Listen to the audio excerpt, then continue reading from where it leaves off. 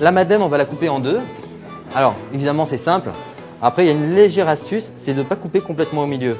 Parce que si vous coupez complètement au milieu, vous allez avoir deux zones hyper fines. Et là, donc, ça va risquer de se casser extrêmement facilement dès qu'on va la prendre et de s'effriter. Du coup, on va couper un poil plus bas. Vous voyez, juste sous la... Est-ce que vous... Et donc, on va couper comme ça les trois madeleines. Alors, donc, une fois qu'on a fait ça, donc on va créer en fait un trou, une cavité dans laquelle on va pouvoir mettre la danette. Donc, on va prendre la partie qui est justement la plus bombée. Voilà, la partie haute. Et donc, on va essayer de creuser. Donc, on va prendre la cuillère. Éventuellement, plus on la prendra basse, mieux on aura, plus on sera, on va dire, précis, on aura une bonne prise en main.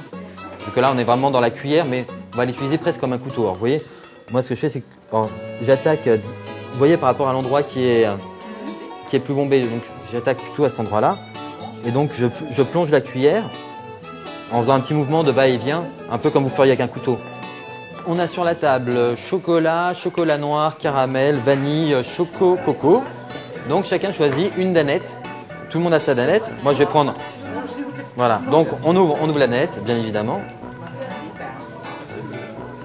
Après, de façon très simple. Donc, il y en a qui ont déjà... Voilà. C'est pas des... On n'est pas... Alors, on va remplir copieusement, mais il ne faut pas que ça déborde non plus. Hein. Et donc, on n'a pas besoin de plus qu'une cuillerée de chocolat. Donc là, je vais verser du vrai chocolat.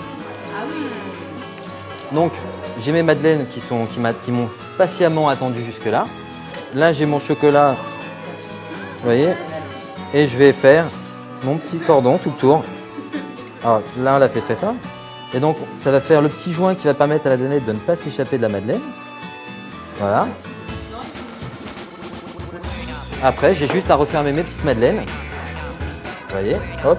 Avec le petit joint, j'appuie un peu juste sur le tour, histoire de bien souder le chocolat. Je peux très bien les faire de la veille sur le lendemain.